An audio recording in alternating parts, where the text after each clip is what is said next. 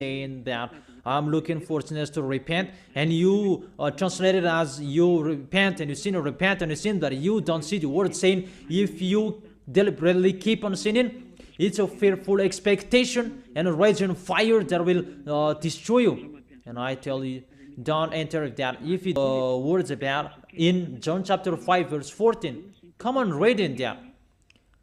But that word saying, my beloved family in the Lord, you cannot sin, and that's really forbidden. And the words of the God of Abraham said, sinners cannot enter the heaven of heaven, and they don't like sinners. Jesus and Jesus, they like sinners because they're messengers, they are the Savior. But the God of Abraham, they never accept sinners. That is the real God of Abraham, who created everything, what you can see, the world